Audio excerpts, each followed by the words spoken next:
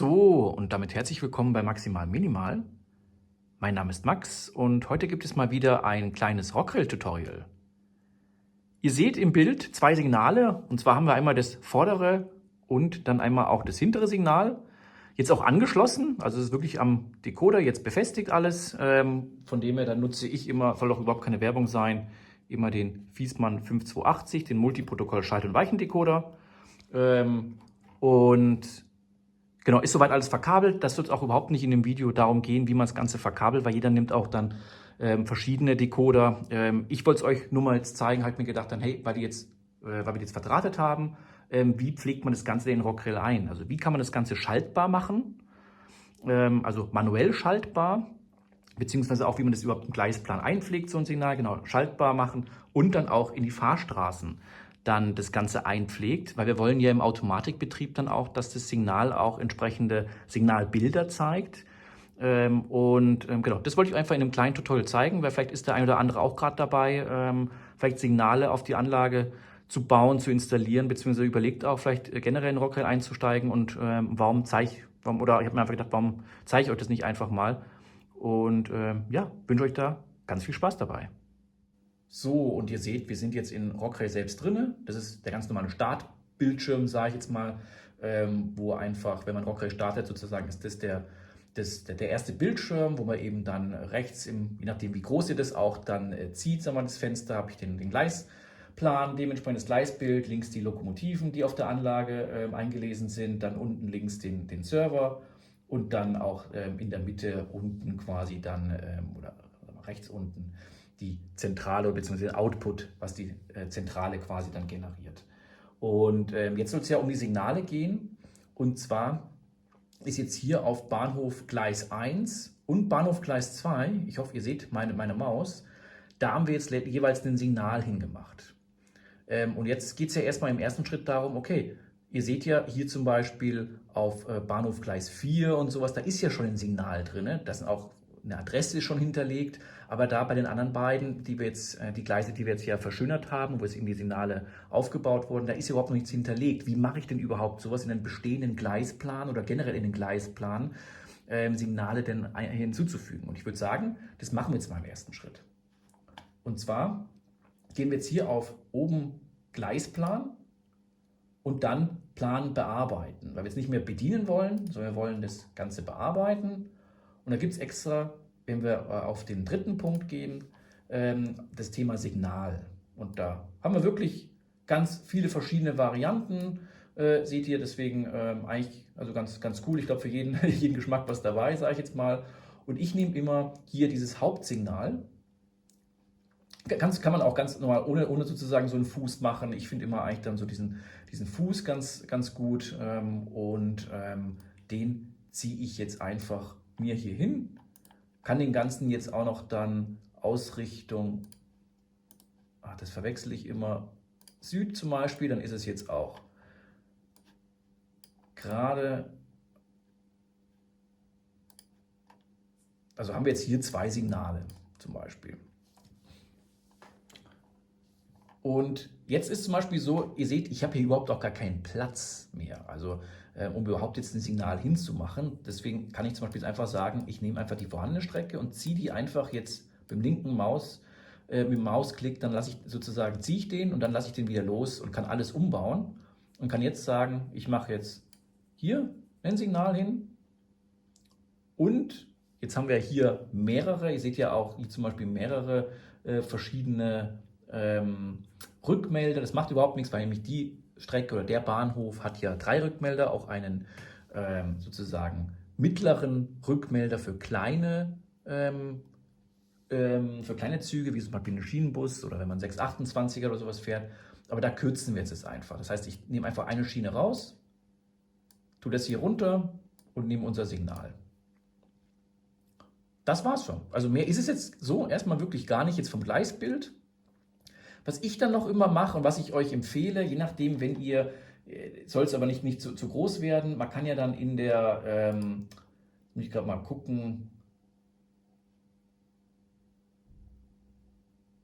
in den Fahrstraßen bzw. in den Router-Einstellungen kann ich ja jetzt sagen, ich könnte zum Beispiel einen automatischen, sozusagen nicht den Gleisplan, sondern die Fahrstraßen generieren und dadurch dementsprechend werden dann auch die verschiedenen Bereiche, seht ihr hier zum Beispiel rot oder auch wenn ein Zug fährt, gelb markiert.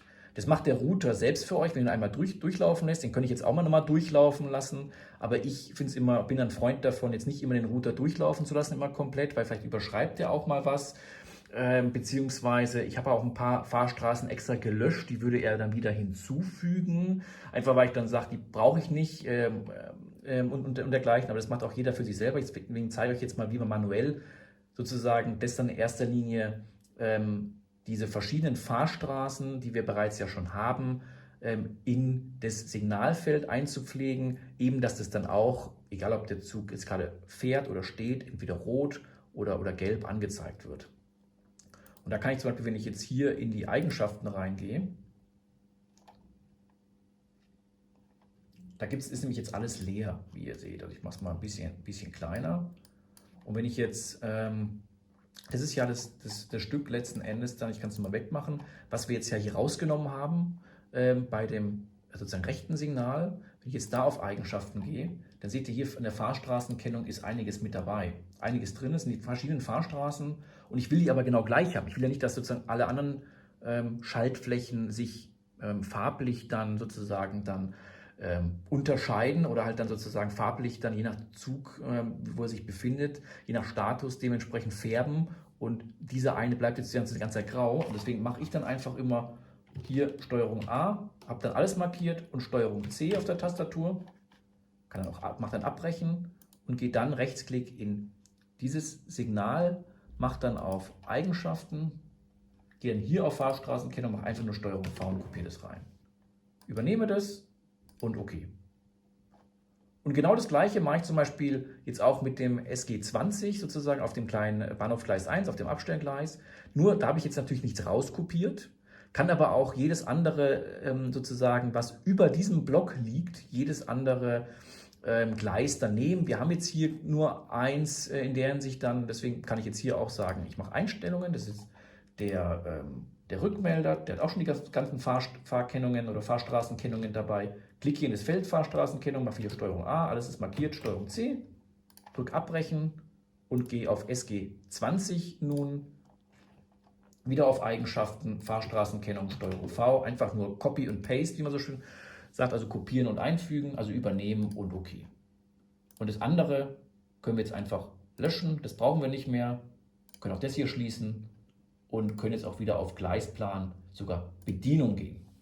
Weil das sind jetzt die Sachen, die wir im Gleisplan selber gemacht haben. Das ist wirklich, mehr ist es nicht. Ich habe nur einfach jetzt, ich hoffe, das ist jetzt nicht zu schwer gewesen mit dieser Fahrstraßenkennung. Wie gesagt, das wird jetzt ein bisschen eine Serie, immer mal wieder, wenn ich ein paar Sachen habe, wollte ich euch in Rockrate einfach zeigen, wie man das einbindet. Ich hoffe, das war jetzt nicht zu kompliziert, aber es ist wirklich nur eine optische Sache. Wenn ihr sagt, das war jetzt zu kompliziert, dann lasst es wirklich. Also was ich jetzt gerade kopiert habe, das ist nur eine optische Sache eben, dass eben, wenn die Fahrzeuge da stehen, dass es eben rot ist und wenn es gelb markiert ist, dass sozusagen da die Fahrstraße dann reserviert ist. Wenn ihr sagt, nee, für das erste Ding ist es fein, das ist wirklich nur optisch, das braucht das Programm jetzt erstmal nicht. Aber jetzt wollen wir auch gucken, dass die Signale dass wir die schaltbar machen, weil jetzt erstmal hier, ich kann jetzt hier drauf drücken, da passiert auf der Anlage gar nichts dann. Und außerdem seht ihr auch, wenn ich jetzt drauf drücke, es kommt grün, gelb und rot. Mehr gibt es gar nicht, aber wir haben ja 4 verschiedene Signalbilder. Das sind ja Ausfahrsignale, wir haben Rot, klar, Grün, wir haben Langsamfahrt und wir haben ja auch das Rangiersignalbild dementsprechend. Also von dem sind hier 4 verschiedene. Was machen wir jetzt da? So, und jetzt schauen wir erstmal in unsere Tabellen rein, weil unter Tabellen, und ich sage jetzt einfach mal bei Signale, sehen wir, wenn wir unter Adresse draufklicken, ich mache es mal ein bisschen größer, dann seht ihr auch, dass es Adresse heißt. Wenn ich da draufklicke, kann ich danach filtern und ihr seht, das letzte Signal ist die Nummer 87 oder hat die Adresse vielmehr 87. Und da ich mit dem Decoder auch, also nicht nur die Signale, sondern auch alles, was Licht sozusagen und also Licht hat, beziehungsweise auch das K-System damit schalte, muss ich auch bei mir unter Ausgänge zum Beispiel nochmal schauen. Und da kann ich auch, wenn ich unter Adresse dann reingehe und da draufklicke, kann ich danach filtern. Und ihr seht, 88 ist die letzte vergebene Adresse. Passt auch ganz gut, weil der Decoder hat 4 Ausgänge. Also ist die letzte, also die letzte 88, die nächste ist die 89. Und darauf habe ich auch den Decoder programmiert.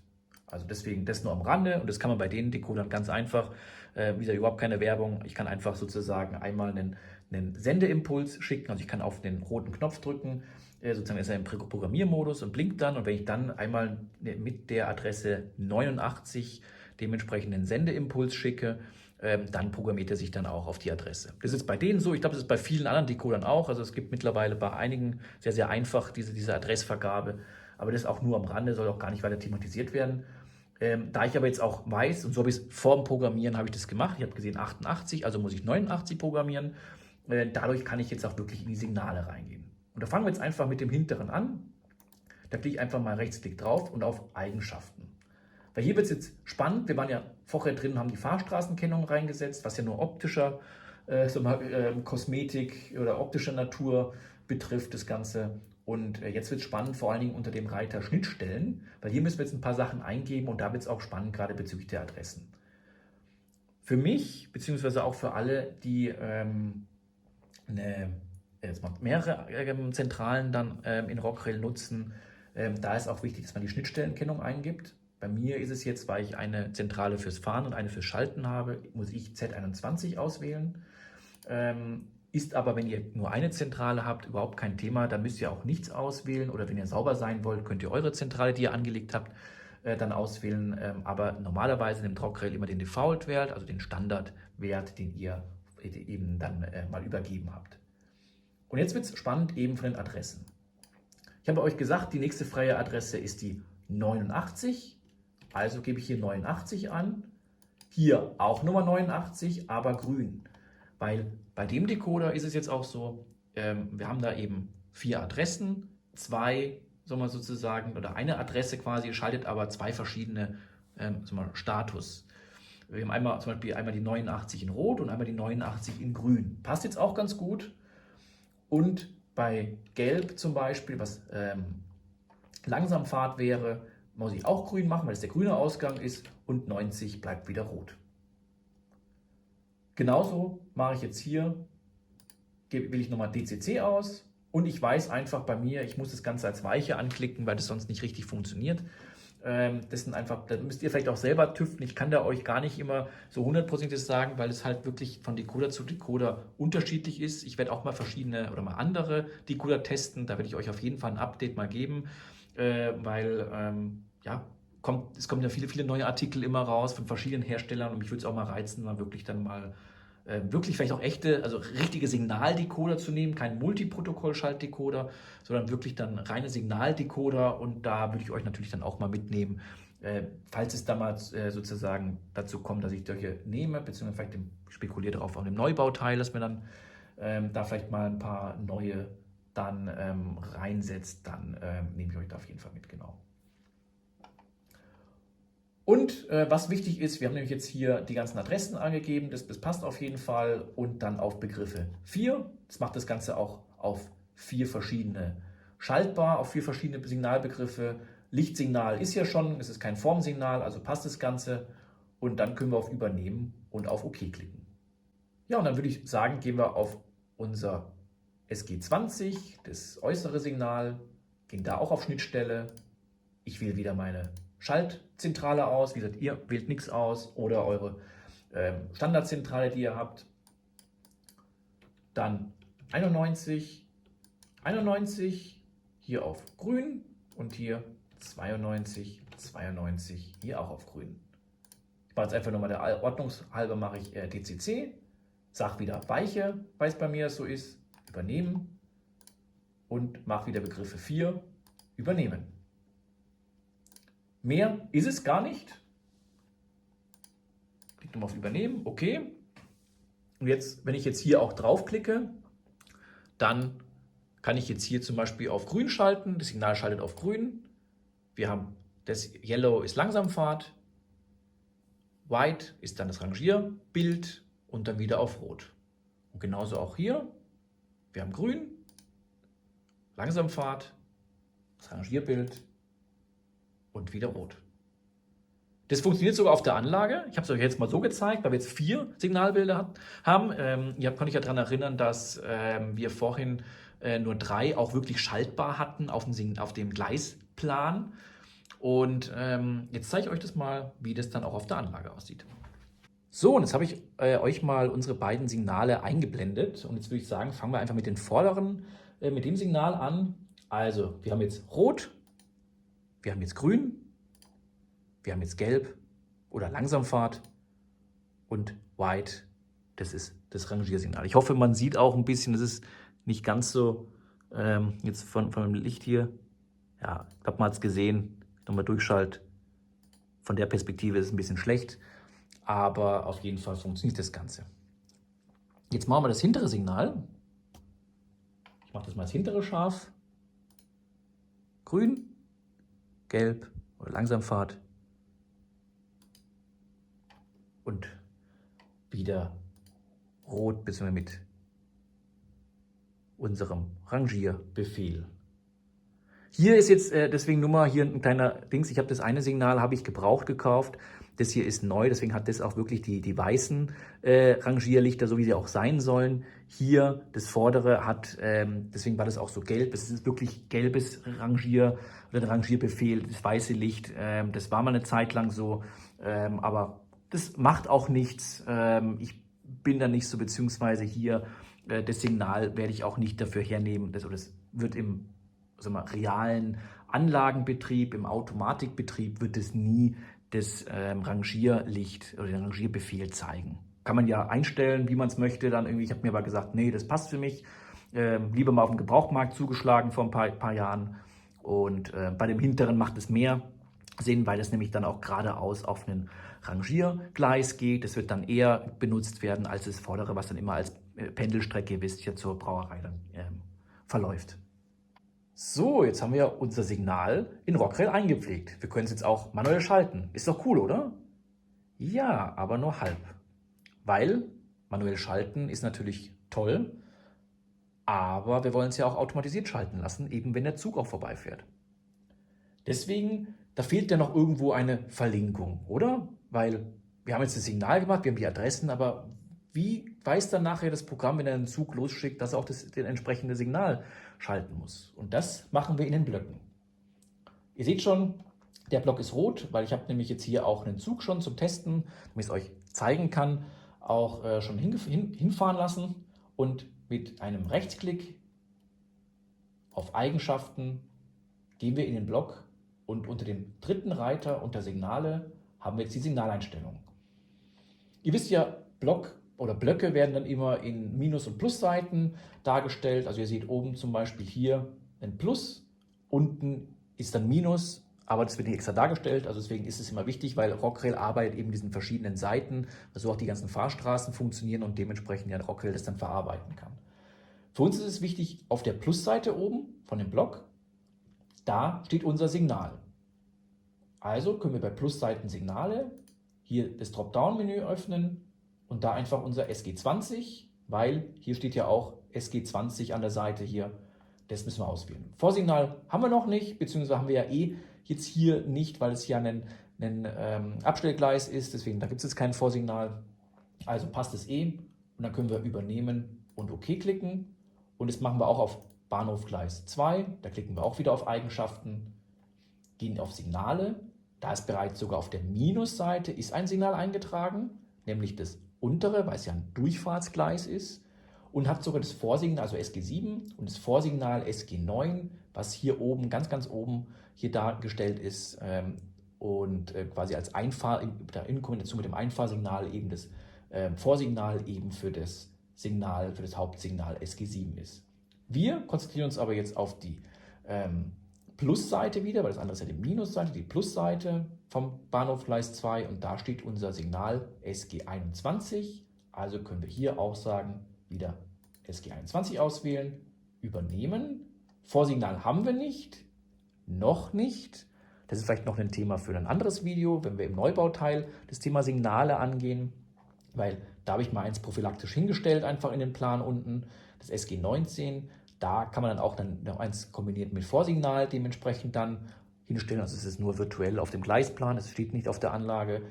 Und dann können wir auch quasi das Vorsignal von dem Einfahrsignal eben in Kombination mit unserem jetzt SG21, unserem Ausfahrsignal, dann schalten. Ist aber ein anderes Video, aber das nur am Rande. Deswegen haben wir jetzt erstmal nur bei Signal, der Plusseite, unser Signal ausgewählt, übernehmen. Okay. Und ich würde sagen, wir gehen auf den Automatikmodus und ich mache mal Rechtsklick, Log starten und schau mal, ob das funktioniert. Bei einer Verlinkung haben wir jetzt ja gemacht, oder? Log starten.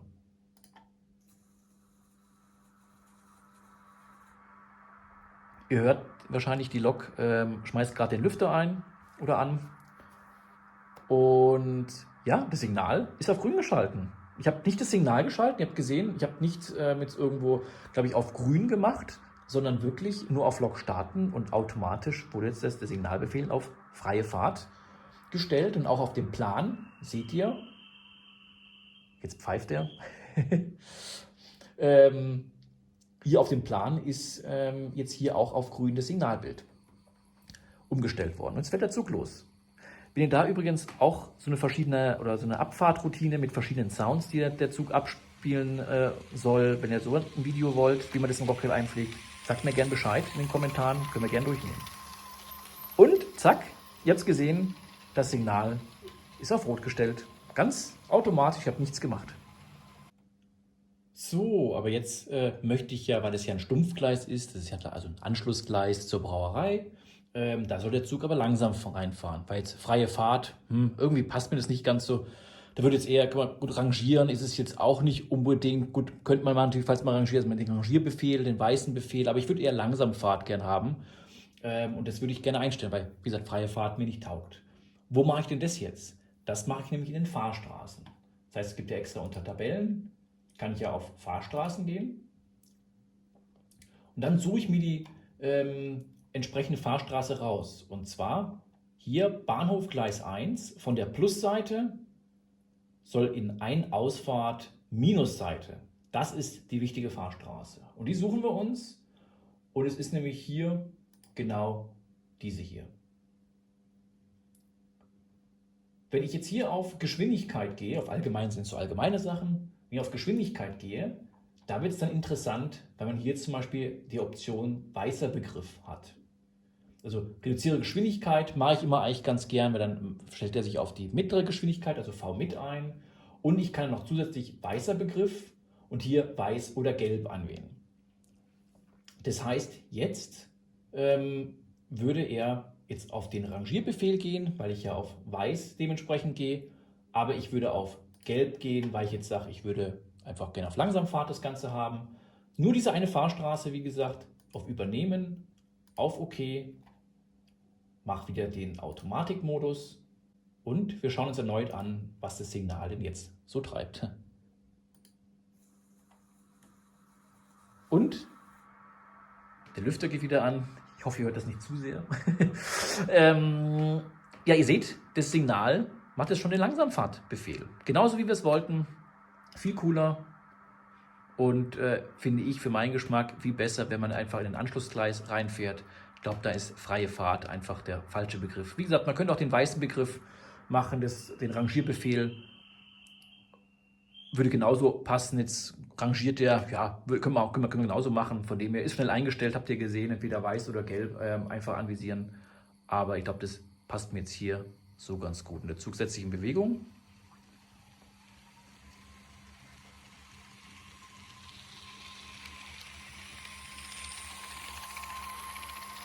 Und das Signal schaltet wieder auf Rot. Ja, perfekt, oder? Jetzt haben wir genau das, was wir wollten. Und jetzt schauen wir uns noch das zweite Signal an. Und zwar geht es da um die Fahrstraße Bahnhof Gleis 2 zu Einfahrsignal Bahnhof. Kann natürlich jetzt auch die Durchgangsstrecke oben dementsprechend den Block nehmen.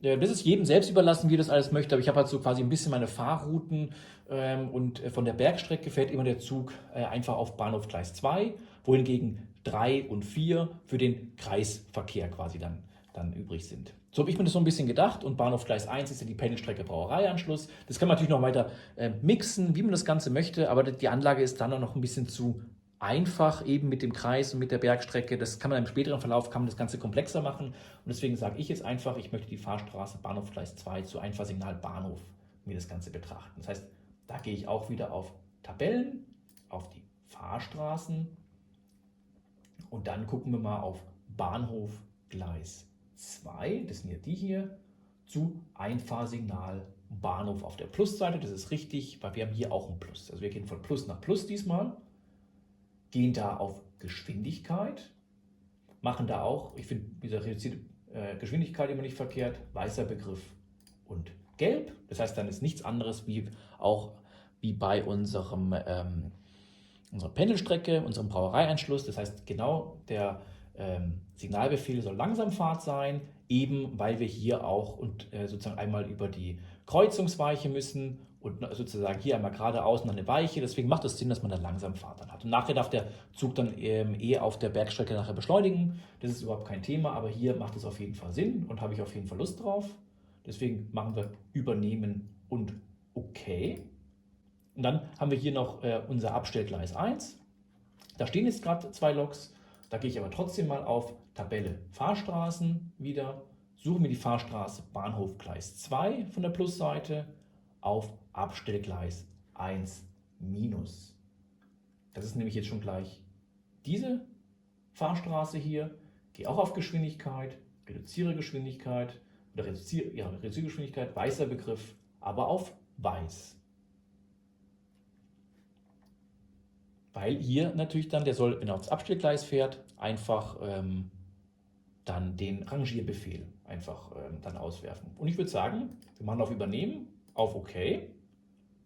Und dann fahre ich mal den Zug mal kurz in den Bahnhof und ich zeige euch mal, wie das Ergebnis aussieht.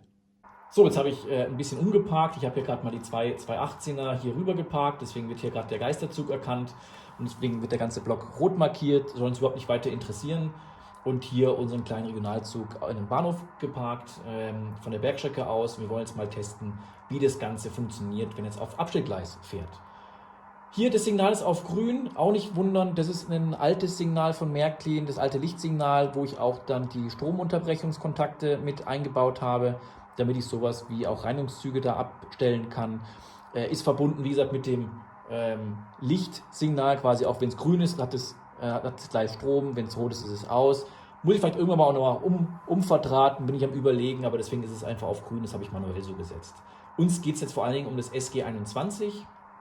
Ich werde jetzt hier manuell kurz den Rückmelder setzen, auch nicht irritieren lassen. Der Zug darf entscheiden, entweder dass er auf die Bergstrecke fährt, ihr erinnert euch über das Einfahrsignal Bahnhof, dann quasi die Bergstrecke lang, oder halt das Abstellgleis. Und dementsprechend, das ist halt eine Wahrscheinlichkeit, die habe ich jetzt gesetzt, die sind 50-50, kann man extra die Wahrscheinlichkeit auch umswitchen, aber einfach für das Video sage ich jetzt, diese Strecke ist belegt, man kann jeden Rückmelder einfach einzeln auch anklicken und damit bleibt nur noch diese eine Strecke übrig. Und ich würde sagen, wir gehen in den Automatikmodus und ich sage jetzt Rechtsklick, Lok starten, diesmal mit Sound habe ich mal, ich hoffe, das stört euch nicht so arg. Und Lok starten, gucken wir mal, was das Signal macht.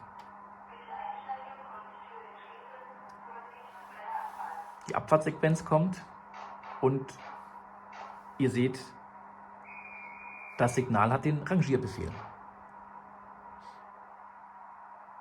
Ihr seht es auch im Gleisplan selber, also es ist jetzt auf White.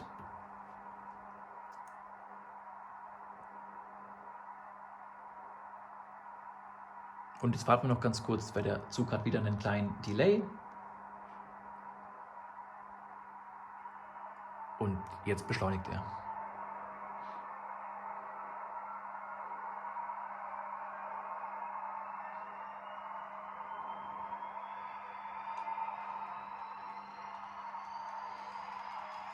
Und unser Zug fährt hier am Signal jetzt dann vorbei, ins Abstellgleis rein und das Signal schaltet wieder auf Rot. So, und zuletzt testen wir nochmal unser Langsamfahrsignalbild, wenn der Zug auf die Bergstrecke fährt und dann über das weichen Vorfeld eben dann drüber fährt. Deswegen, ich habe jetzt sozusagen den kleinen Cheat, wie man so als Computerspieler auch sagt, entfernt, habe jetzt dann sozusagen den Rückmelder nochmal angeklickt dass es dann aufgehoben ist. Jetzt mache ich es hier. Jetzt zeigte mir hier auch Geisterzug, quasi, weil jetzt was erkannt worden ist. Ich habe es aber manuell, wie gesagt, kann man einfach draufklicken. Und jetzt darf der Zug nur noch eben bei dem Einfahrsignal Bahnhof drüber fahren. Und dann schauen wir, ob das Signalbild auch passt. Deswegen, ich bin noch im Automatikmodus und mache Rechtsklick, Lok, starten.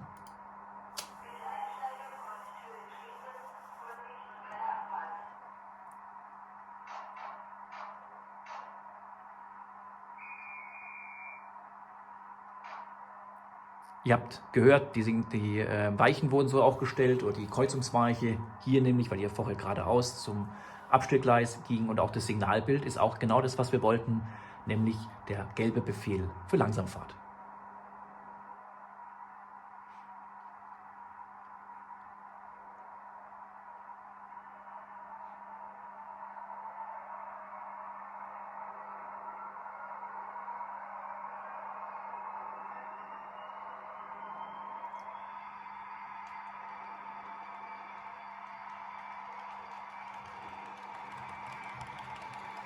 Und wir fahren am Signal vorbei mit reduzierter Geschwindigkeit. Und das Signal geht auf Rot. Ja, mit diesen Bildern verabschiede ich mich bei euch. Der Zug erklimmt die Bergstrecke. Ich hoffe, euch hat das Video gefallen. Schreibt es mir gerne in die Kommentare und ich wünsche euch ganz viel Spaß weiter.